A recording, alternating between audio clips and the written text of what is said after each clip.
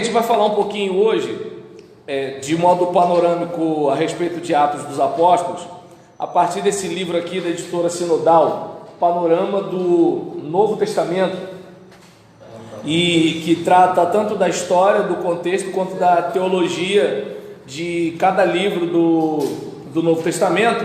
E a gente vai falar um pouquinho sobre Atos dos Apóstolos, cujo título no grego, se a pronúncia estiver certa aqui, é Praxeis Apostolon. Provavelmente remonta ao segundo século, que vocês percebem que já é uma perspectiva diferente daquela do Brodus Haley, né? Então, aqui, de acordo com essa pesquisa dessa obra da editora Sinodal, provavelmente remonta ao segundo século. E seu propósito foi oferecer limite frente aos atos lendários dos apóstolos, surgidos em grande número a cada época. Então a ideia era o quê? Estão contando um monte de coisas sobre os caras. Então vamos fazer um negócio? Vamos contar a partir do testemunho do próprio pessoal? Então, mais ou menos isso. E aí, sobre o autor e situação de surgimento de Atos, confira as explanações feitas em Lucas. E aí, por exemplo, ele recorre aqui à estrutura de Atos, pegando a estrutura básica. O primeiro capítulo estaria, versículo 1, com aquele início, não é? Aquela abertura, prólogo, proêmio e assim por diante. Do versículo 3 ao versículo 26 do capítulo 1, a gente tem o tempo até a dádiva do Espírito, ou seja, o período de Pentecostes. Tem um irmão da escola de capacitação que a gente está fazendo nas sextas-feiras, que ele fala que eu não dou muita atenção para ele nas redes sociais, é o Heron. E o Heron está aqui. Mande um abraço, mande um oi. Então, vocês podem falar assim: oi, Heron. Oi, Heron. Pronto, oi, Heron. Tá bom? E aí, nesse caso, o pastor não me dá a devida atenção nas redes sociais. E aí, nesse caso, a respeito disso aqui, né? O que acontece? A Jefferson na sexta-feira estava assim: eu também sou seu aluno. Já que você falou nunca vi isso, ele fez isso quando eu estava dando aula em outro lugar. Tá bom? Tá cheio de aluno carente. Vamos lá. E aí, voltando aqui à estrutura básica, versículo 1, aquele prólogo, aquele início para explicar a situação. Versículo 3 ao versículo 26, o tempo até a dádiva do Espírito, o momento do Pentecostes. Capítulo 2, versículo 1 até capítulo 8, versículo 3, os apóstolos como testemunhas do Evangelho em Jerusalém. Capítulo 8, versículo 4 até o capítulo 12, versículo 25, pregação do Evangelho na Samaria e na planície costeira. Capítulo 13, versículo 1 até o capítulo 28, versículo 31, temos a difusão do Evangelho até Roma. E aí, a composição segue o anúncio de Jesus em Atos 1:8, lembra? Mas recebereis poder ao descer sobre vós o Espírito Santo, e sereis minhas testemunhas, tanto em Jerusalém como em toda a Judéia e Samaria e até os confins da terra. A meta da apresentação em Atos é a pregação desimpedida do reino de Deus por Paulo em Roma. Atos 28, versículo 31. Uma função importante possuem os grandes discursos em Atos. Lucas coloca-os em estilo de historiografia antiga, nos pontos decisivos de sua narrativa.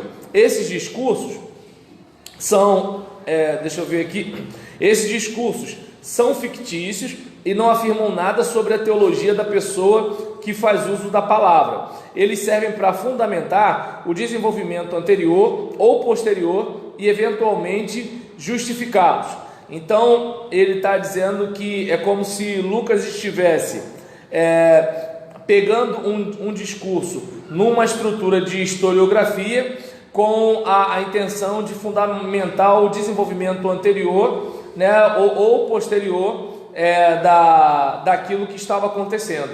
E há uma discussão na pesquisa sobre as fontes que, porventura, tenham sido usadas em Atos. Seguidamente, é aceito que no capítulo 6, nos capítulos 6 a 15, Lucas fez uso de uma fonte antioquiana de Antioquia. Os critérios que se aplicam para determinar as passagens pertencentes a essa fonte, contudo, permanecem problemáticos. Certo parece ser, por outro lado, que Lucas tenha feito uso de uma grande porção de tradições isoladas. Isso aí, outros autores, como a gente já leu aqui anteriormente, concordam que alguns blocos, principalmente no caso do Brodos, no Introdução ao Novo Testamento, da Antiga Juep, ele fala sobre isso. A questão de termos vários blocos que tenham servido como fonte para Lucas escrever para Teófilo o livro de Atos dos Apóstolos. E aqui os critérios que se aplicam para determinar as passagens pertencentes a essa fonte, contudo, permanecem problemáticos. E aí, nesse caso, certo parece ser, por outro lado, que Lucas tenha feito uso de uma grande porção de tradições isoladas. Por exemplo, lendas sobre Pedro, listas de nomes e assim por diante. Eu imagino que quando eu falo lendas sobre Pedro, o Fernando já vai, né, começa a ter uns negócios aqui dentro da cabeça. Mas não vamos esquecer isso. Eu estou lendo o que o pesquisador está dizendo. Não quer dizer que eu tenho fé no que o autor está dizendo. Eu estou compartilhando com vocês algo que, por mais que eu quisesse proteger vocês, lá na frente, quando vocês ficarem em faixa preta, a tendência é o quê? Vocês vão ler, vocês vão pesquisar e não vão dizer assim: pô, o professor me enganou. Não, eu estou dizendo o que tem por aí. Aí é com vocês. E aí, nesse caso, na segunda metade de Atos, foram especialmente as passagens já citadas na introdução a Lucas, que motivaram discussões. O emprego da primeira pessoa no plural não deveria remontar ao relato de uma testemunha ocular, mas ao próprio Lucas, que aderiu ao estilo de relato de viagem pelo mar em capítulo 27, versículo 1 a 28, versículo 16. Dessa maneira foi possível para ele destacar passagens importantes, passagem para a Europa, viagens para Jerusalém e Roma. Além disso, é provável que, para a apresentação das viagens missionárias autônomas de Paulo, capítulo 15, versículo 36, ao capítulo 19, versículo 40, ele tenha feito uso de um itinerário contendo informações curtas sobre rotas de viagens e eventos especiais ocorridos em certas etapas da viagem. Então a gente pelo menos vai observar aqui que ele tem aquela ideia de que Lucas coloca nós, mas Lucas não está junto, entende? Mas coloca nós como um jeito de contar a história. Ele está dizendo isso como pesquisador que ele é. Eu sou o Roberlan Julião da Silva, filho da Dona Lourdes e seu Orlando. Você pode até dizer que discorda dele, só não diga que discorda de mim, porque eu só estou lendo. Amigo, então, o que acontece? Opa, tudo bem, Luciano? E aí, é importante a gente observar, por exemplo, no início aqui, conforme a gente vai observar, a gente tem uma situação em que as primeiras frases de Atos oferecem, após a invocação a Teófilo, uma retrospectiva de Lucas, né? Então é o que o autor deixa eu ver. Oi, pode falar. Essa questão quando Paulo afirma que um anjo apareceu, possa ser caracterizado em forma de sonhos. Na minha Bíblia está até falando aqui no capítulo 27 de Atos, 23, digo isso porque na noite passada um anjo de Deus, aqui na tua versão deve fala aí, tua versão, Atos 27. Atos 27, qual versículo? 23. Porque esta mesma noite, um anjo de Deus, de quem eu sou e a quem sirvo, esteve comigo, dizendo: dizendo, Paulo, não temas. Qual o problema do anjo aparecer? Não entendi. Não, eu queria saber se eu saberia Se o anjo era anjo ou não? ele apareceu de forma caracterizada como pessoa. Isso tem explicação. Não, ele disse que um anjo falou. Ele não descreve. Se ele não descreve, pode ser qualquer aparência. Pode ser aparência de mulher, pode ser aparência de homem, pode ser uma aparência reluzente, pode ser uma aparência como se fosse forma humana. Então, vamos saber. Ele não descreveu. Já passei por situações Então, assim. aí eu não tenho como dizer. Pode ser isso. Né? Oi? Pode ser até isso. Certo?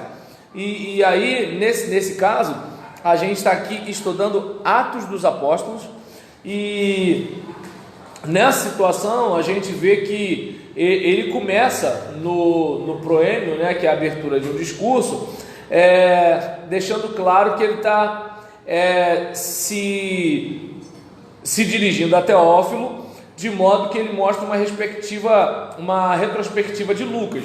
E aí, dessa maneira, como diz aqui o autor, vincula-se ambas as partes da dupla obra, que alguns autores chamam de Lucas Atos. A gente já falou isso aqui. E aí, a gente tem o tempo até a dádiva do Espírito, né, que é capítulo 1, versículo 3 ao 14, onde nós temos as últimas instruções do ressurreto aos discípulos e a subida ao céu. E o versículo 15 ao versículo 26, onde a gente tem a escolha de Matias. A essa vinculação também serve as descrições das últimas instruções de Jesus a seus discípulos e a subida aos céus, que retomam Lucas 24, versículo 36 a 53, com leves divergências, ou seja, é como se ele estivesse voltando lá para o finalzinho de Lucas, como, já viu quando a gente vai assistir uma série?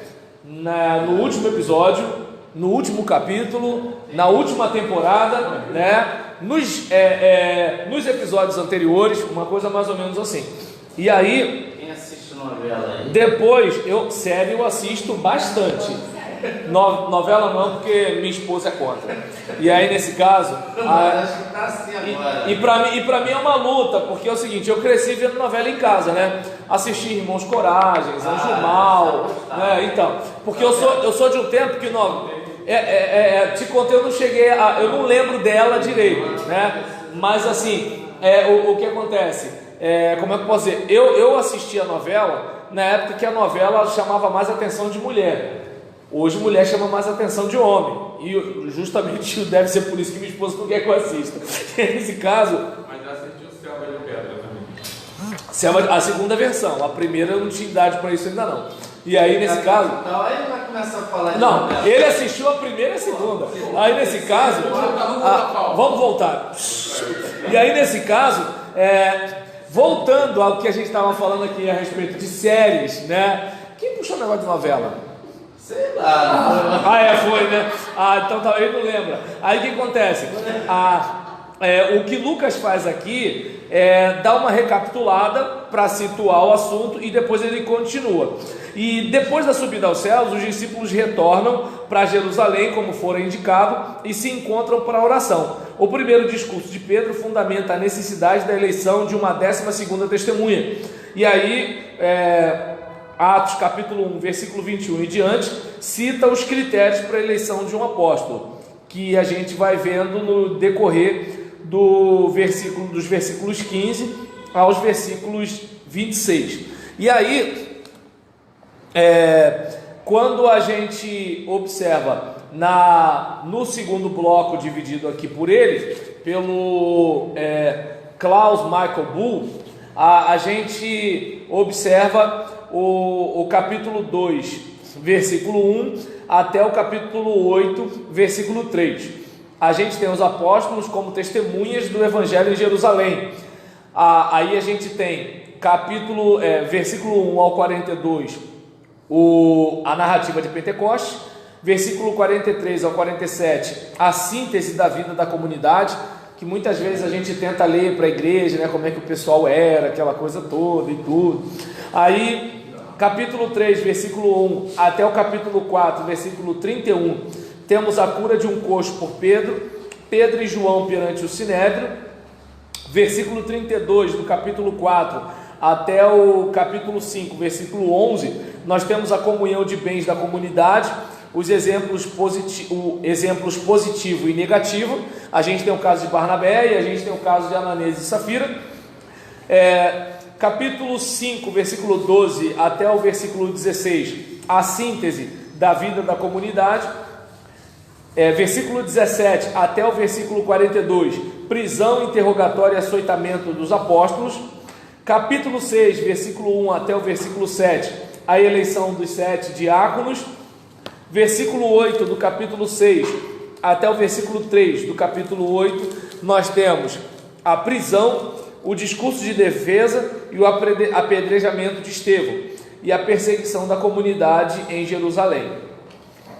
A dádiva do Espírito torna-se experimentável em fala cheia de Espírito. Lucas descreve isso como em falar línguas estrangeiras.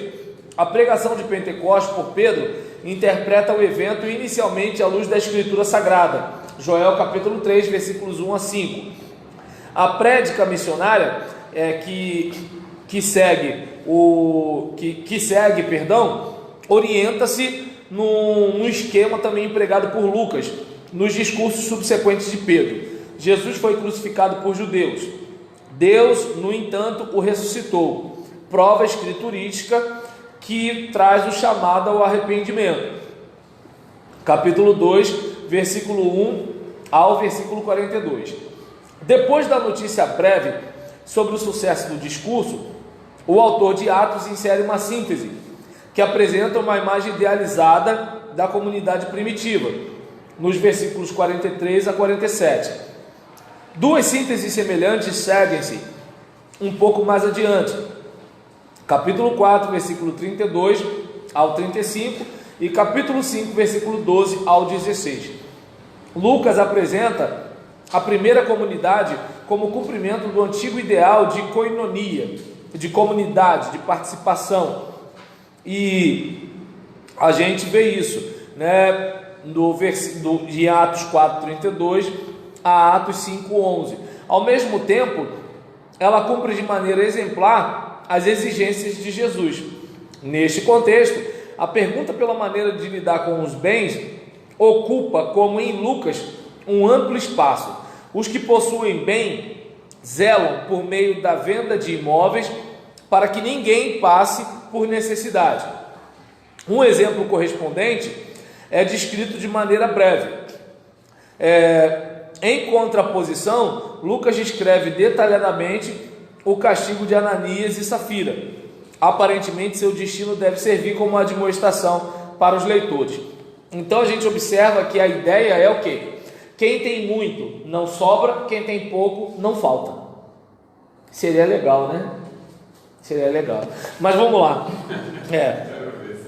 E aí, com a cura e detalhe, antes da gente continuar, é bom a gente observar que há uma preocupação aqui também, Vocês viram o exemplo bonito de Barnabé, mas vocês viram o exemplo feio de Ananias e Safira. O que vocês querem para vocês? Então já é um negócio para dar um certo receio, né? E aí, com a cura do coxo no templo, os apóstolos encontram-se em continuidade com o agir de Jesus. Pedro e João são presos e precisam defender-se perante o sinédrio. Eles são proibidos de pregar ou ensinar em nome de Jesus. E aí, como está no capítulo 4, versículo 18, em sua oração, a comunidade pede força para a pregação e legitimação divina por meio de curas, sinais e milagres. Do capítulo 3, versículo 1 ao 4, versículo 31. E eu acho isso simplesmente fenomenal. Por exemplo, enquanto hoje, no nosso caso, a gente na maioria das vezes, quando pede oração, em relação à questão de violência, a gente pede para quê? Para a gente ter tranquilidade para ir no shopping, para a gente ter tranquilidade para andar com o nosso celular caro. A gente pede que Deus dê tranquilidade para a gente, para nossos afazeres. No caso deles aqui, eles eram agredidos e eles eram vítimas de violência, não era por causa do ambiente em si, mas era por causa da pregação deles, por causa da fé deles.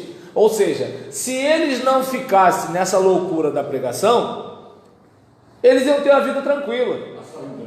Mas eles sabiam que em relação a esse caso, já que o motivo de eles serem vítimas de agressão era o Evangelho, por exemplo, nós pedimos apenas um livramento para nós quando nós não somos agredidos por causa do Evangelho, somos agredidos por qualquer outro motivo. No caso deles aqui, eles não estão pedindo livramento, eles estão pedindo ousadia, eles estão pedindo coragem, ou seja, que nos espanquem, que nos matem, que nos torturem, mas que a palavra não seja sufocada. Gente, eu morro de vergonha. Eu falo, eu não sou crente não. Não, quando eu vejo um negócio desse, eu falo assim, meu Deus, um dia a igreja foi desse jeito, cara. Mas aí vamos voltar para cá. A gente está aqui para estudar, não está aqui para... Do capítulo 3, versículo 1 ao capítulo 4, versículo 31. Até porque eu não estou aqui para desabafar, estou aqui para ler. E aí nesse caso, após Lucas ter narrado o cumprimento da oração da comunidade, Atos 5, 12 até o 16, ele descreve um aprisionamento de todos os apóstolos que inicialmente termina de forma maravilhosa, mas depois acaba levando para o interrogatório perante o Sinédrio. Acusados de não terem mantido a proibição de discursar, responderam com a conhecida palavra: antes, importa obedecer a Deus do que aos homens. Atos 5, 29. Tem uns fedorentos que gostam de usar isso para justificar o motivo de não atender a liderança pastoral. Só que assim, é totalmente fora de contexto esse negócio. Mas deixa para lá. E aí quem tem boca fala o que quer, já dizer minha falecida mãe. E aí, o conflito descrito em Atos 6, versículo 1 a 7, entre hebreus e helenistas, lembram, né? Hebreus, aqueles judeus relacionados a Jerusalém, e helenistas, os judeus de fala grega que estavam em outras regiões, certo? E aí, conflito descrito aqui. E aí, pastor? Oi. Esses judeus helenistas, eles se davam bem no meio da sociedade, sim? Eram helenistas? Sim, porque assim, eles eram judeus. O que acontece é que depois eles se convertem à fé cristã. Aí eles começam a ter problemas com os cristãos, com os judeus, perdão. Entende? Porque tem um judeu e tem um judeu cristão. Então o que acontece? O judeu cristão, como ele é um cristão judeu, ele entende que ele está de boa. Mas para o judeu que não é cristão, esse cara desviou. É um herege. Aí, exatamente. Perseguição a Paulo. Exatamente. Certo. E nesse caso aqui, a gente observa que devido ao conflito só que o conflito aqui entre hebreus e helenistas são cristãos, entendeu? A gente tem, por exemplo, cristãos hebreus convertidos ou não? Não, todos são convertidos. É que tem problema, sabe como é que é a igreja, né? Entendeu? Eu não sei como é que é aqui no Rio de Janeiro, mas lá em Caxias os crentes têm problema. Segue a lei, né? Todos são convertidos, mas um ainda continua seguindo a não, lei. tanto os hebreus quanto os helenistas são cristãos e são judeus. A diferença é que tem judeus que são hebreus e tem judeus que são helenistas. Tem aqueles judeus que estão naquela levada de Jerusalém. Tem aqueles judeus que eles são os que vieram de outras terras e ficaram espantados com o que estava acontecendo em Pentecostes, lembra? Era todo mundo judeu, só que Pedro prega, e quando Pedro prega, os judeus se convertem, tanto os helenistas que vieram de longe para a festa de Pentecostes, quanto os judeus que estavam ali. Deu para entender ou não? Já está dando para entender. Foi? Então vamos lá. E aí, quando esses cristãos, hebreus e helenistas entram em conflito, inicia-se segundo o relato de Atos, na pergunta pelo sustento das viúvas. E aí, há contudo alguns indícios de que Lucas o tenha minimizado, já que dá grande importância à unanimidade e união da igreja primitiva. É daí que você percebe que, assim, não sei se dá para verificar, este pesquisador aqui, ele não está tendo aquele olhar piedoso, beato, aquele olhar devocional. Ele está olhando o texto e está peneirando o texto. E aí ele observa o seguinte: a mesma igreja lá de Atos 2, todos que Cristo estavam juntos, tudo que tinha era comum, é a mesma igreja aqui da treta.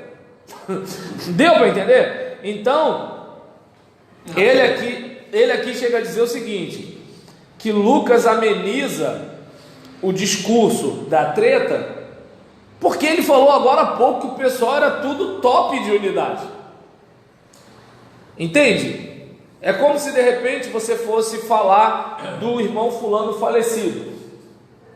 Dificilmente você vai falar coisa ruim do falecido. Todo falecido foi um bom homem. Tinha os seus problemas. Entendeu? Já reparou? Não, irmão fulano, ele tinha Deixou um legado, né? Ele tinha os seus problemas. Deu para entender? Aí é aquele caso. Deixou um legado. Entende? Aí de repente aquela mãe está até chorando ali, meu filho e tal, aquele negócio todinho. E assim, ela fala o quê? Não era perfeito, mas tinha um bom coração. Então assim, digamos, você não chega a dizer, tu tá entendendo aquela coisa assim, olha, eu amava meu filho, mas ele fez por merecer. Dificilmente você vai ouvir isso. Ou então, por exemplo, minha mãe, assim, eu amava minha mãe, mas vou falar, cara, minha mãe era difícil de aturar. Tá entendendo? Ou então, por exemplo, aquela viúva, né? Dificilmente ela vai falar assim: meu marido era carne de pescoço. Não, ela fala assim: meu marido tinha seus problemas, né? Mas assim, tinha um bom coração, mas ele tinha. Tem mulher que fala. Tem? No enterro? Jesus. Não é a aula, mas essa mãe desse jovem que foi perdida agora, ela falou que foi uma opção do filho, porque elas trabalharam. Não, eu sei, mas ela não desqualificou o filho. Eu estou falando aqui de desqualificar. Não, desqualificar não desqualificou não. Ela desqualificou os políticos que roubaram a possibilidade do filho dela ter um outro caminho. Isso sim. Entende? E aí nesse caso, é claro que assim, eu não discordo dela, porque era filho dela.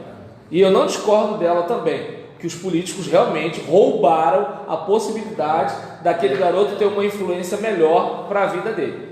Entendeu? Tem gente que, por exemplo, faz coisa errada só porque não presta. Tem gente que faz coisa errada também por indução. Vamos e venhamos. Mas com a indução do cão. Não, O cão que empurra do ela. cão através dos outros. Entendeu? Imagina, não, olha só, observa bem. Observa bem. Você quer namorar a menina mais gata da rua. Só que ela gosta dos camaradas de motinha sem placa. Ela gosta dos maconheiros. Entendeu? Pô, tu quer aquela mina, cara.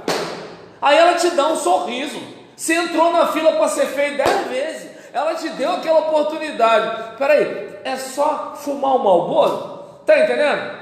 É só, por exemplo, pegar uma moto ali com Juquinha Trambique, né, emprestada para dar um rolê.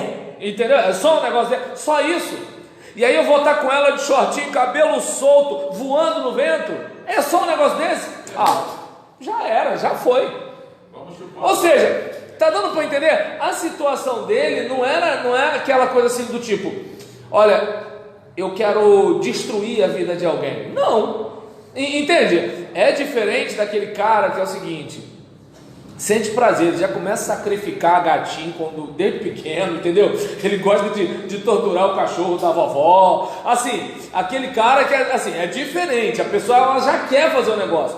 Tem a outra que ela entra de gaiato no navio, entendeu? Ela foi com os colegas pro baile, todo mundo pulou a roleta, ele também pulou. Aí quando veio uma santa, quebrou geral, inclusive ele. Tá dando pra... O que ele queria ir curtir, só que ele foi com os colegas e ele acabou indo de ralo. Então, eu não sei se dá para entender onde eu quero chegar. Eu não estou aqui dizendo que a pessoa se torna inocente Só estou dizendo que ela vai de ralo. É isso que eu estou dizendo. Entende? É que nem aquela menina apaixonada pelo vagabundo, que ela vai e assim, ele, pô, tá acontecendo um negócio aqui comigo, tal, não sei o que lá, faz esse adianto aqui pra mim. Ela fez, ó, acabou. Ou seja, ela não participava da vida dele, mas ele era o marido dela, ele era o cara que ela amava, ele não sei o que lá. E aí ele fez aquele papo de assim, pô, tô passando a dificuldade aqui, me dá uma moral, ué. Gente, pelo amor de Deus, eu não estou defendendo quem faz coisa errada. Eu só estou dizendo que eu estou dizendo que é o seguinte, como seres humanos que somos, a gente quer ver uma coisa interessante. Não vou muito longe.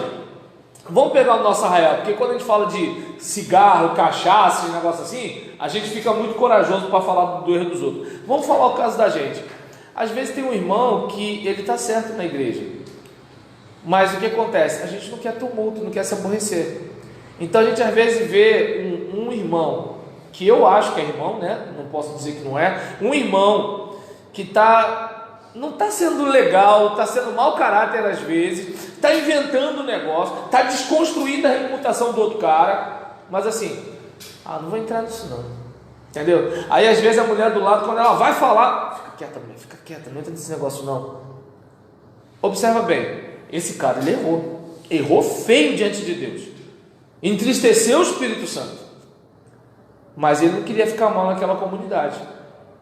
Deu para entender? Então, eu já vi situações de nego fritar o pastor, e quando alguém, mas está errado, aí outro falava assim, cara, a igreja fica, o pastor vai. Ou seja, não entra nesse negócio não. Ó, é verdade, tá vendo? Entendeu? Então, é um tipo de situação que eu não sei se dá para perceber. Gente, somos seres humanos. Ser humano, gente, por mais que o cara seja templo de Deus, o que Paulo falou? Não deixe lugar ao diabo. O cara é templo de Deus, mas Paulo escreve para esse cara: não dê lugar ao diabo. Então aquele negócio, Deus é o dono do imóvel, mas parece que o cara aluga, entendeu? Faz uma sublocação na parada. Mas vai. Vamos voltar? Bora. Então, deixa eu ver aqui. A gente falou sobre a igreja, que da mesma forma que ela era aquela igreja maravilhosa de Atos 2, ela era aquela igreja que estava naquele problema, né, lá em Atos 6, né? A parte que a gente parou foi no conflito relacionado à questão, né, do sustento das viúvas. E aí os diáconos aparentemente escolhidos para zelar pelo sustento das viúvas aparecem nos capítulos subsequentes como círculo autônomo de missionários. E aí Estevão, o líder desse círculo, é preso. Em seu discurso de defesa, que mais se assemelha a uma acusação contra os judeus, ele descreve a história de Israel como uma história de oposição a Deus. Aí eu não sei se dá para entender, né? Que é o seguinte, como eu posso dizer, eu preguei numa igreja ontem, e aí uma irmã, né, mandou uma mensagem para mim do WhatsApp, começando a conversar sobre a mensagem, tudo, tal. O irmão, gente, olha, um negócio fenomenal. Eu levando meu celularzinho com meu tripézinho. Não, pastor, a gente tem câmera aqui. Falei, tá, mas eu vou levar meu celular. Eu guardei meu tripé, porque eu cheguei lá, um tripé enorme assim no meio, lâmpada, refletor do lado de cá, refletor do lado de lá. Eu me senti um pregador americano. Aí eu olhei assim, caramba, eu olhei pro negócio daquele, eu fiquei assim, tô quase escondendo meu celular aqui. E aí ele ficou de me passar a filmagem amanhã, né, porque ele precisa estruturar, fazer a edição, né, e mandar para mim, para eu botar no YouTube. Aí ele falou até que o pessoal da igreja está perguntando e tudo e tal. Não, assim, a igreja tem um ministério de multimídia. E aí nesse caso, né, e o irmão gosta também, né, porque assim, às vezes a igreja tem recursos, mas o pessoal não gosta de trabalhar. Às vezes, a igreja tem condição é o de menos. O negócio é ter gente querendo. Porque, entendeu? Porque às vezes a igreja não tem condições, mas a pessoa quer, entendeu? E aí nesse caso, né, frequentar, não, né? Olha, uma boa, outro dia eu estava pensando no Fernando, falei assim, eu vou colar com o Fernando para aprender a ganhar dinheiro. O Fernando consegue fazer cálculo de distância, litro de gasolina, motor do carro. Eu falei assim, pô, porque assim, eu chego em qualquer posto, encho com o dinheiro que eu tenho e vou. Mas ele não, vai para tal lugar, é Celta, tantos litros, não sei o que. Falei, caramba, eu vou colar com esse cara, porque assim, eu posso até não ganhar mais, mas vou gastar menos, já é um caminho. Falei, não, vou conversar com o Fernando depois. Aí nesse caso, ele acabou de fazer o cálculo aqui, de quanto a igreja gastou. Então, aí, mas voltando ao que eu ia dizer, gente, o que aconteceu hoje, hein? Aí, voltando ao que eu ia dizer, por exemplo, o irmão, né, vai fazer esse negócio, aí a irmã estava conversando comigo, e eu só tinha um trecho da mensagem, né, que assim, quando deu mais ou menos 1h05, acabou a bateria do celular. Aí eu peguei o outro celular, né, mas aí ele estava com pouca memória, aí só deu 12 minutos de... Então o que acontece? Já viu que, olha só, 12 minutos do celular, 1 hora do outro, né, e aí eu estava... Uma pessoa gostou, graças a Deus. Entendeu? Não me julga não, o pessoal gostou. Reduziram a mensagem? Não, o meu celular, porque eu levei meu celular. A mensagem filmada pela igreja eu vou pegar amanhã. Editada. A do meu celular eu fiz em tempo real no Facebook. Só que aconteceu, deu 1 hora, acabou a memória. Aí o outro celular deu 12 minutos, acabou também. Entendeu? E aí, então, ainda bem que eu fui nessa igreja. E aí, nesse caso, eu estava conversando com uma irmã. A irmã chegou para mim e falou assim: pastor, porque a mensagem não sei o que e tal. Irmã, mas assim, a gente paga um preço por isso. Por quê? Porque eu não prego para agradar. Eu até quero abençoar as pessoas, eu quero edificar as pessoas, eu quero encorajar as pessoas. Mas assim, eu não vou pegar aquele caminho de bancar o retardado como se assim, tudo que está acontecendo de ruim na sua vida é só por causa do diabo ou é um propósito de Deus? Eu não vou fazer isso, porque a Bíblia não faz isso. Muitas vezes nós somos burros mesmo. Muitas vezes a gente faz escolha errada. A gente fala o que não deve, a gente faz o que não deve. Que nem eu falei com os irmãos. Eu falei, irmãos, olha só, não estou terminando essa hora porque o irmão não me avisou. O irmão me avisou a hora que o culto termina. E eu não estou terminando essa hora por causa do Espírito Santo. Eu estou terminando essa hora porque eu tenho problema mesmo. Ora por mim. Mas assim, não tem absolutamente nada a ver nem com a direção da igreja, nem com o Espírito Santo, né? É só não me chamar de novo. Mas deu para entender? Então assim, o que acontece? O que eu quero dizer é que assim, o teor da mensagem não é aquela coisa assim, eu estou passando por isso porque eu sou perseguido. Não, às vezes eu fiz o que não deveria. Então eu vou mais ou menos nesse caminho. E qual é a parte complicada que a gente vive? A gente vive numa época que as pessoas querem ser agradadas. E aí, qual é o problema que eu vejo aqui na pregação de Estevão? Estevão rasga o verbo, papo reto, porque era a chance de Estevão se defender. Mas Estevão faz o quê? Larga o prego em cima do pessoal. E aí Estevão, ele deixa claro o seguinte, olha só, a história de Israel é uma história de oposição a Deus, é uma história de resistência à ação de Deus. Vocês estão fazendo a mesma coisa que os antepassados de vocês fizeram com os profetas. Então, na defesa dele, o que acontece? Ele é morto. Por quê? Porque em vez dele se defender, ele falou, quer saber? Se bobear, deve ser a minha última chance, né? Já que é a minha última chance, vou falar tudo o que tem que falar. E acabou. Entendeu? Então, aí você, por exemplo, olha uma situação dessa, você verifica que assim, a gente, nesse tempo, a gente, por exemplo, quer que Deus faça isso, Deus faça aquilo outro, mas a gente está amordaçando Deus, pô. Não, Senhor, não posso falar isso aqui não, porque senão fulano vai me tirar da igreja. Não vou falar isso não, porque senão o pastor vai me tirar o cargo. Eu não vou fazer isso aqui não, porque senão as pessoas não vão mais me escalar. Eu não vou mais escrever isso aqui não, porque senão minha denominação não vai mais me chamar para escrever. Eu não vou, não sei o que, não sei o que lá. Tá dando, não, isso não precisa nem dizer, Jesus, a gente sabe. Aí o que acontece? Então, diante de uma situação dessa, assim, por exemplo, aí, fala a verdade. A verdade, que às vezes ela dói. Eu vivi para ver isso. Eu vivi para ver isso. Jefferson apoiando o Gilson. Agora as De quantos pastores, quantos pregadores estão perdendo a oportunidade de falar a verdade por causa dessas situações. Mas E de ouvir o. ou seja, é como se estivesse dizendo assim: Senhor, pode até falar, mas através de mim não, porque vai me expor, Senhor. Entendeu?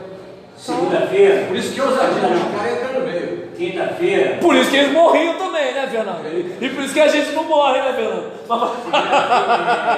Ué, os pregadores de hoje não morrem por causa de pregar, mas os daqui morriam. Quinta-feira a gente estava aqui embaixo aqui no Titi e ele estava dando testemunho que aconteceu com ele uma vez. Ele atravessou, ele foi para um monte que tem aqui atrás de São João de Deus, mas ele foi por dentro da comunidade, por dentro da FICAP.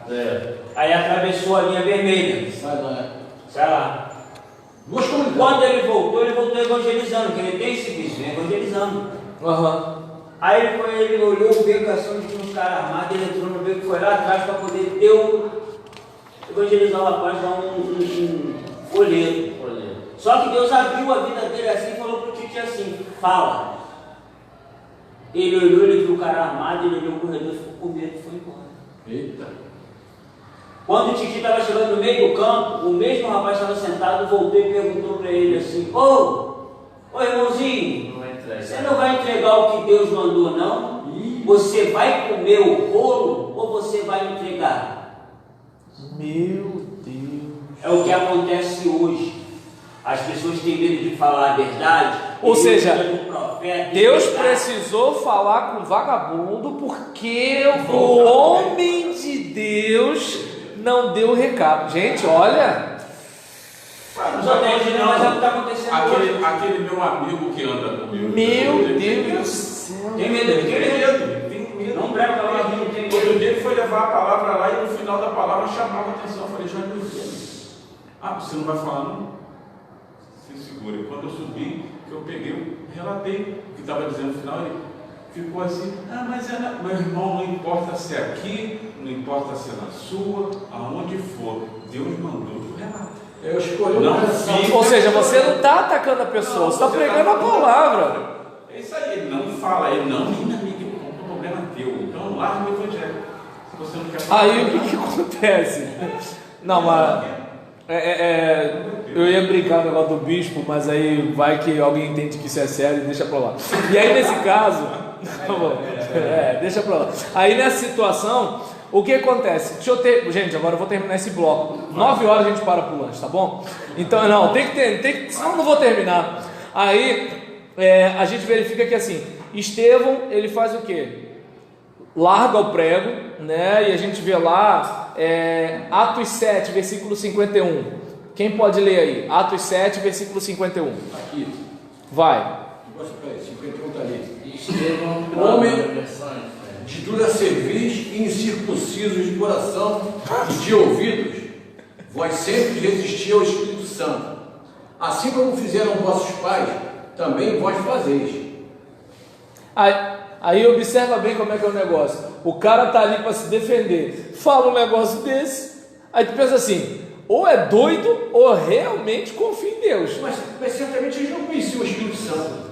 A questão não é isso. O que eu estou falando aqui é a ousadia do Estevão. É isso que eu estou dizendo. Estava cercado já. Entendeu?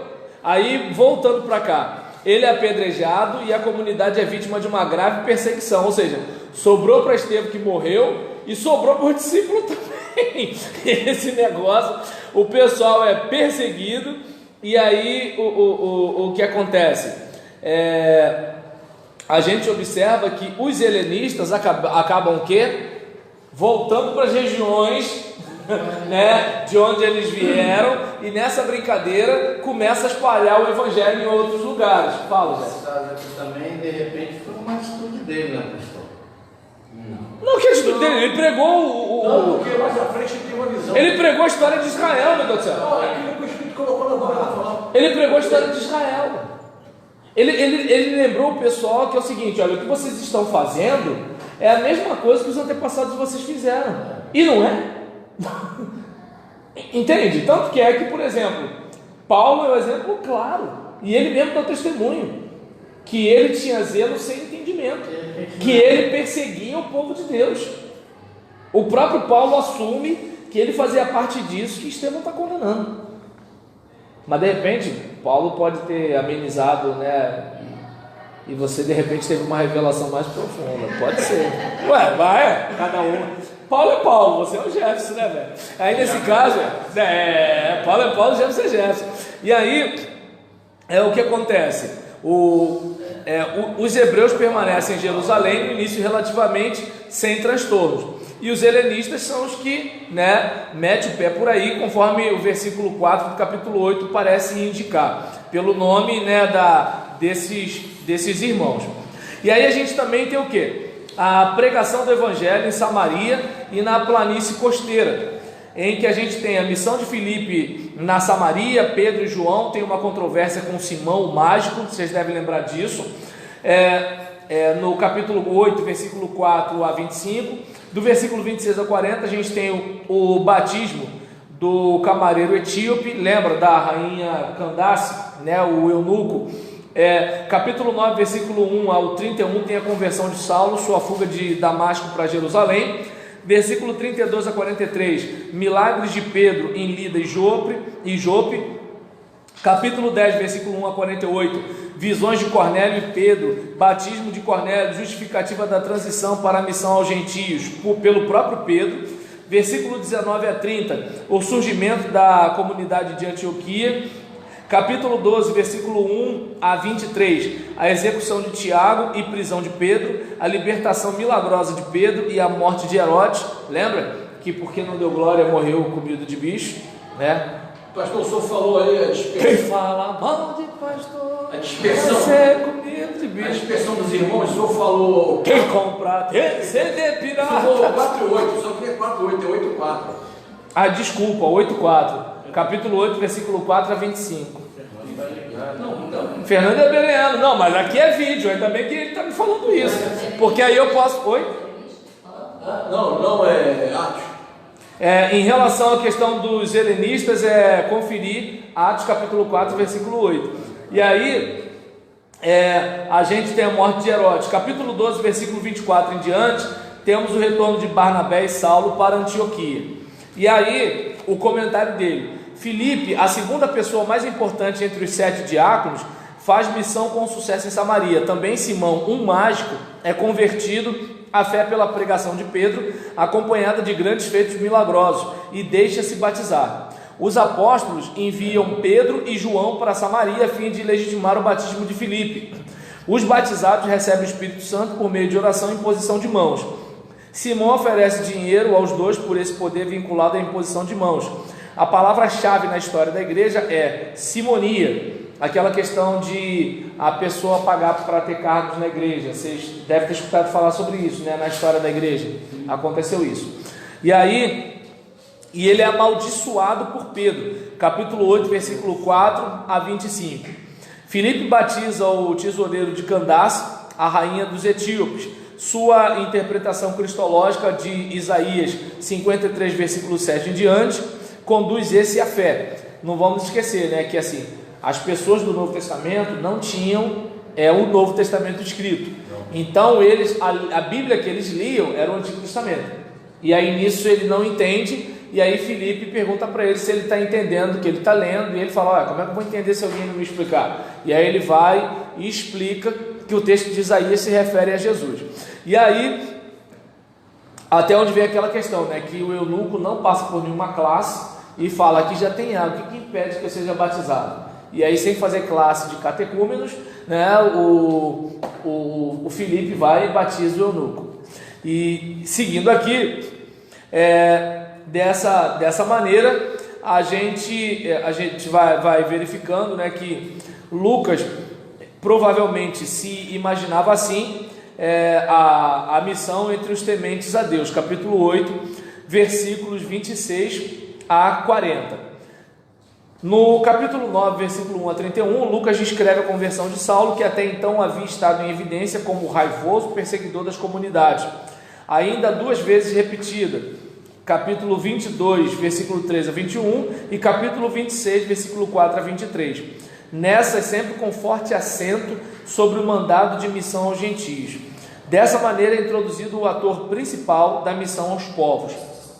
A transição para a missão aos gentios, porém é realizada, segundo a descrição de Atos, por Pedro, o dirigente do círculo dos apóstolos, capítulo 10, versículo 1 a 48. Uma visão faz com que o centurião Cornélio envie mensageiros a Pedro. Esse é instruído por intermédio de uma tripla visão: lençol cheio de animais impuros e a recomendação de comê-los, de que Deus tem poder para declarar tudo como puro. Durante a pregação, perante os gentios reunidos na casa de Cornélio, o Espírito Santo desceu sobre eles. Com base nesse sinal divino, eles são batizados. Pedro necessita justificar seu passo dado perante os judeus cristãos em Jerusalém. Capítulo 11, versículo 1 a 18. Logo também aos gentios foi por Deus concedido o arrependimento para a vida. Capítulo 11, versículo 18. Pela pregação dos cristãos dispersos, depois da perseguição, surge em Antioquia uma comunidade dos gregos, a primeira comunidade por nós conhecida que agrega gentílicos cristãos, ou seja, não são cristãos helenistas judeus, são cristãos gentios mesmo, né, que não tiveram experiência com a lei de Moisés, nada disso. E aí, nela, Barnabé e Saulo desempenham um papel importante, capítulo 11, versículo 19 a 26. Segundo o versículo 26 do capítulo 11, ali os discípulos foram denominados cristãos pela primeira vez, os pequenos cristos. Com a descrição da perseguição da comunidade de Jerusalém por Herodes Agripa, como está lá em capítulo 12, versículo 1 a 23, e sua moldura pela ação de ajuda dos antioquienos, 11, versículos 27 a 30 e 12, versículo 24 em diante, Lucas associa a apresentação até aqui feita com a descrição das viagens missionárias de Paulo. E o último bloco vem agora, em relação a... Vem até um questionamento aqui do Heron. Aí isso vou falar com o pastor Demerval para chamar o Heron para estudar com a gente aqui. E aí nesse caso, o que acontece? A gente verifica que, de acordo com a palavra aqui do Klaus, desse autor desse livro, que Estevão é visto como uma figura proeminente, e parece que Filipe é uma segunda pessoa proeminente. O questionamento dele aqui é válido, né? Quando ele fala sobre havia hierarquia entre os diáconos, a questão não é nem tanto de assim, um manda no outro, mas parece que assim, o próprio livro deixa claro que Estevão é uma figura muito importante. E Filipe acaba sendo uma segunda figura importante. Tanto que na dispersão é o cara que aparece, né? Dificilmente você não escuta falar Prócoro, Nicanor, não sei o que, não. Você vê esses caras aqui. Então, pelo menos parece que é isso. E aí... agora a gente vai pegar o terceiro bloco, sendo que, conforme a gente viu aqui, né, a gente tem, em relação a esse caso, a gente tem o primeiro bloco, que é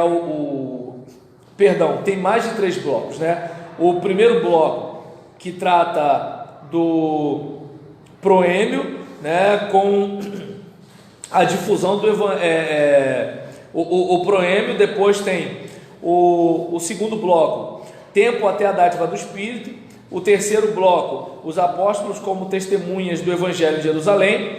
Quarto bloco, pregação do Evangelho na Samaria e na planície costeira. E o quinto bloco, a difusão do Evangelho até Roma. E aí, nesse caso aqui, vamos para o último bloco, onde a gente tem a difusão do Evangelho até Roma. Primeira viagem missionária de Paulo, capítulo 13, versículo 1 ao 14, versículo 28. A gente tem o Concílio dos Apóstolos, capítulo 15, versículo 1 até o 35. A gente tem a segunda viagem missionária de Paulo, capítulo 15, 36 até o capítulo 18, 22. A gente tem a terceira viagem missionária de Paulo, capítulo 18, versículo 23 até o 21, versículo 17. E a gente tem prisão e cativeiro de Paulo e a viagem para Roma, capítulo 21, versículo 18 até o capítulo 28, versículo 31. A gente vê aqui que Barnabé e Saulo são escolhidos para a missão pelo Espírito Santo. Capítulo 13, versículos 1 a 3. E a gente tem a viagem que conduz por Seleucia para Chipre, capítulo 13, versículo 4 até o versículo 13.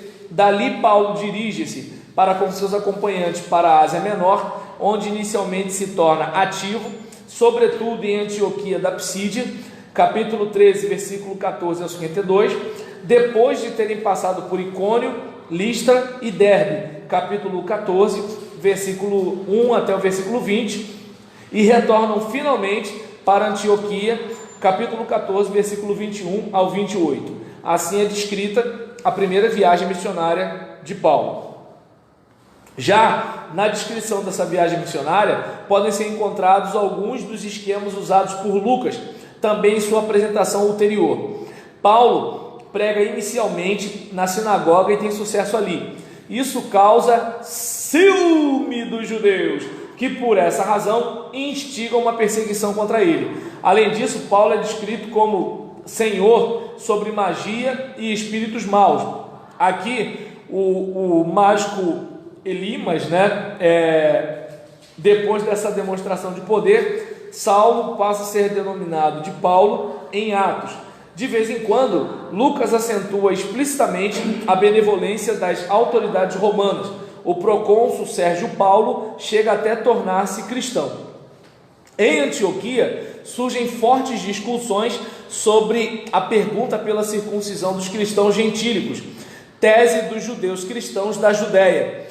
Se não vos circuncidardes segundo o costume de Moisés, não podeis ser salvos. Capítulo 15, versículo 1. Conferir versículo 5. Depois de uma delegação de Antioquia ter sido enviada a Jerusalém, reuniu-se uma assembleia das autoridades. Também aqui houve um grande debate no versículo 7. No final, a assembleia, por sugestão de Tiago, decide dar como encargos aos cristãos gentílicos prescrições coincidentes com Levítico 17 em diante. Só que aqui é decreto apostólico. Proibição de comer carne sacrificada aos ídolos, proibição de sangue, proibição de carne de animais sufocados e proibição da fornicação. E aí, por que você não falou nada na hora da carne, do churrasco? E aí, voltando, primeiro que tu já está casado, cara. E aí, nessa situação, a respeito... E passou dos 50 também, né? Eu? 5,5. Ah, então tá bom. Aí, Aparece de 20. Ah, tá bom, tá certo. E aí, nesse caso... Aparece de 25 potência de 1,8. Foi a imagem do inferno na barriga dele. Vamos lá. Vamos para aula, então tá bom. Aí, nesse caso, a respeito disso, senão o pessoal do vídeo vai achar que eu tenho um aluno muito sensual, né? Aí nessa situação, mas sabe o que é isso? Isso é culpa às vezes da mulher. A mulher fica com aquele ciúme, que às vezes o marido ele acha que ele é o que ela pensa que ele é, entendeu? Olha só, gente, uma coisa eu aprendi: eu não sou o que minha esposa pensa que eu sou. Nem que minha mãe pensa. Tá dando para entender? Eu saio de casa com a autoestima lá em cima, achando que eu sou o que a Gisélia pensa. Ela pensa que eu sou, mas não sou, entendeu? Mas tudo bem, mas quer acreditar? Tá bom. A gente vai fingir que concorda com a Janete. Então, nesse caso, segunda vez. mais ou menos com sorte, né? Porque a mulher dele chegou aqui no seminário, viu o Janildo e falou assim: aqui também? Para a mulher falar isso, para a mulher dele falar isso, vamos continuar. E aí nisso, voltando aqui, o decreto apostólico: proibição de carne sacrificada aos ídolos, de sangue, da carne de animais sufocados e da fornicação. No versículo 28, encontra-se a fórmula também usada mais tarde em concílios: o Espírito Santo e nós decidimos, capítulo 15, versículo 1 a 35. Aparentemente trata-se do mesmo evento descrito por Paulo em Gálatas 2, versículos 1 a 10. A comparação das duas apresentações permite inferir que Lucas descreve como resultado uma linha de compromisso e provavelmente veio a prevalecer só mais tarde pela autoridade de Tiago em sua área de influência. Segundo Paulo, os cristãos gentílicos não receberam nenhum encargo. Depois de uma forte discussão entre Paulo e Barnabé, ambos iniciam separadamente uma viagem missionária. Capítulo 15, versículo 36 a 41.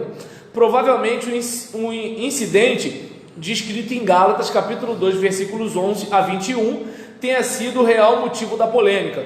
Inicialmente, Paulo e seu acompanhante Silas percorrem a Síria e Cilícia.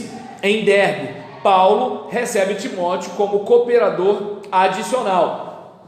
E aí, deixa eu ver aqui, na Ásia Menor, são direcionados para Troade pelo Espírito de Jesus. Ali uma visão chama Paulo para a Europa, capítulo 16, versículos 1 a 10.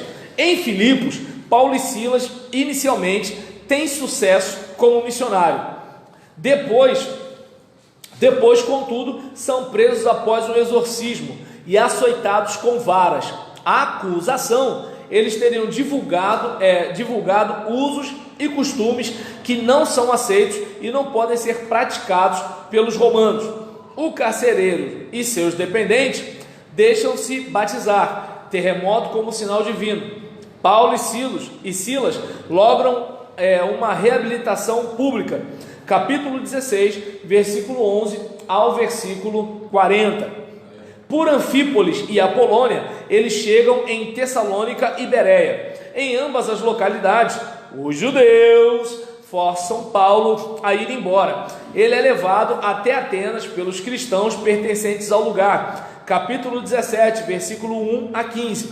Em Atenas, Paulo profere um discurso no Areópago, estilizado como discurso missionário, típico para gentios, referência à veneração local dos deuses, apelo para consagrar-se ao Deus Criador, juízo final pelo ressurreto, capítulo 17, versículo 22 a 31, conferir com 1 Tessalonicenses, capítulo 1 a 9 em diante.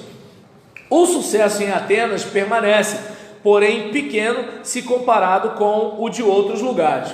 Em Corinto, Paulo trabalha com Áquila e Priscila. Só depois da chegada de Silas e Timóteo, ele se dedica inteiramente à missão. Quando tem sucesso, é acusado pelos judeus diante do procônsul Gálio. Ele recusa a acusação como politicamente irrelevante. Capítulo 18, versículo 1 a 17. Por Éfeso, Paulo retorna a Antioquia, parada intermediária em Jerusalém. Capítulo 18, versículo 18 a 22, e assim encerra a segunda viagem. Agora a gente tem a terceira viagem missionária, em que Paulo conduz Paulo inicialmente para a Galácia e a Frígia, onde ele visita as comunidades fundadas anteriormente. Depois disso, permanece 2 anos em Éfeso. Aqui, ele tem a oportunidade de entrar em contato com a atividade de Apolo, capítulo 18, versículo 24 até o 28, e capítulo 19, versículo 1 a 7. A atividade missionária aparentemente coroada de muito sucesso a partir de Éfeso. Lucas refere-se só sumariamente. 19, versículo 10...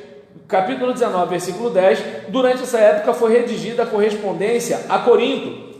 Ele está mais interessado nos milagres realizados por Deus através de Paulo, capítulo 19, versículos 11 a 20, e no salvamento do perigo surgido com o levante dos artífices de prata, versículos 21 ao 40. O tumulto não foi desencadeado por Paulo e seus acompanhantes. E aí a gente tem a atividade adicional na Macedônia, deixa eu ver aqui, na Macedônia e Grécia. Essa atividade é referida só de forma bem breve. Paulo parte para o retorno a Troade, capítulo 20, versículos 1 a 6. Ali ele ressuscita Eutico dos mortos, que durante uma prédica muito longa, olha aí, Roberlan, havia caído mortalmente. Capítulo 20, versículos 7 a 12. Trata-se do primeiro a ter dormido numa prédica. De Mileto, eu estou rindo, tá, gente? Calma, na época de politicamente correto, né? Eu estou rindo porque Eutico ressuscitou, tá? Senão não estaria rindo, não. Só para, tá bom? De Mileto, Paulo manda chamar os presbíteros da comunidade de Éfeso e faz diante deles um discurso de despedida. Capítulo 20, versículo 18 a 35. Para mim, assim, é um dos textos mais bonitos de Atos dos Apóstolos. O discurso forma como que o trecho corresponde em Atos à prédica de Jesus em Nazaré. Lucas capítulo 4, versículo 18 até 27. Inicialmente, Paulo relembra suas atividades em Éfeso, para depois considerar o destino que o aguarda no futuro. Segue-se a isso uma exortação aos destinatários, aos quais Paulo recomenda como exemplo. Centro: agora, pois, encomendo-vos ao Senhor e à palavra da sua graça, que tem poder para vos edificar e dar herança entre todos os que são santificados. Versículo 32. Paulo viaja com seus acompanhantes por Tiro, Ptolemaida e Cesareia para Jerusalém. Capítulo 21, versículo 1 a 17. A caminho, o profeta Ágabo prediz o destino violento de Paulo. Capítulo 21, versículo 11. Formulação paralela à do destino de Jesus. Ou seja, aquele que faz a vontade de Deus e prega a palavra de Deus, já estou acabando, Jefferson, só um instantinho, vai ter um final complicado. E aí lembra, vocês que leram o meu livro, Pastor, para quê? Uma provocação honesta acerca daquilo que o pastor deve ser e fazer. Você deve lembrar, né, que eu falo sobre a questão de eu profetizo. Cadê profeta para fazer igual o Ágabo? Olha, o dono desse cinto aqui, e detalhe, ele está falando para Paulo, ele está falando para o cara, ele está falando para o faixa preta, ele está falando para o 01. Mas assim, não tem essa não, Deus é maior do que Paulo. Você é apóstolo, Paulo, mas Deus é Deus. E é o seguinte, Deus está mandando entregar isso aqui. Cadê profeta para falar isso? É melhor a gente falar o quê? Eu profetizo que você vai ter um CrossFox. Você não vai brigar comigo, entendeu? E aí nesse caso, deu para entender? E aí a gente tem o encerramento da terceira viagem missionária. E Paulo relata a Tiago e aos presbíteros sobre sua atividade entre os gentios. Ele é confrontado com a acusação de ter instigado os judeus da diáspora a abandonar a lei. Como sinal para os judeus da sua fidelidade à lei, ele é solicitado a financiar o cumprimento dos votos dos nazireus para 4 membros da comunidade e consagrar-se com eles. Numa visita ao templo, ele é reconhecido e corre o perigo de ser linchado. A coorte romana prende-o para acalmar o tumulto. Versículo 18 ao 40 do capítulo 21. Paulo apresenta um discurso de defesa na escadaria de livre acesso ao templo. Capítulo 22, versículos 1 a 21. Os romanos querem açoitar e interrogar Paulo. Ele reporta-se ao seu direito de cidadão romano. Versículos 22 a 29 do capítulo 22. A descrição posterior em Atos tem, sobretudo, a intenção de acentuar que Paulo não representa perigo político como pessoa. Conferir, sobretudo, os versículos 19 em diante do capítulo 25. É somente o seu apelo a César, versículo 11 do capítulo 25, que impede a possibilidade de ser libertado, no capítulo 26, versículo 31 em diante. Os judeus, e não as autoridades romanas, despontam como os verdadeiros adversários, ou seja, Lucas deixa claro para Teófilo que assim, o evangelho não é um problema para Roma, e Roma não é inimiga do evangelho. Os judeus é que acabam sendo os maiores inimigos do evangelho. E a prédica dirigida,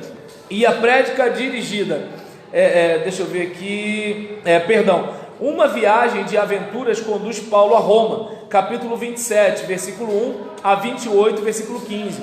Ali ele reúne inicialmente os principais representantes dos judeus e se justifica diante deles. Capítulo 28, versículo 17 ao versículo 28. A prédica dirigida a eles, no entanto, permanece sem êxito convincente. A frase final da resposta de Paulo a eles e a notícia contígua sobre sua pregação do reino de Deus, sem impedimento, não constitui só o fim, mas também a meta da apresentação.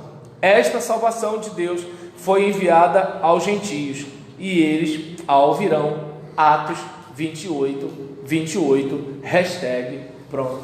Falei, como diz alguns, tenho dito. Vamos para o lanche? Valeu, minha gente.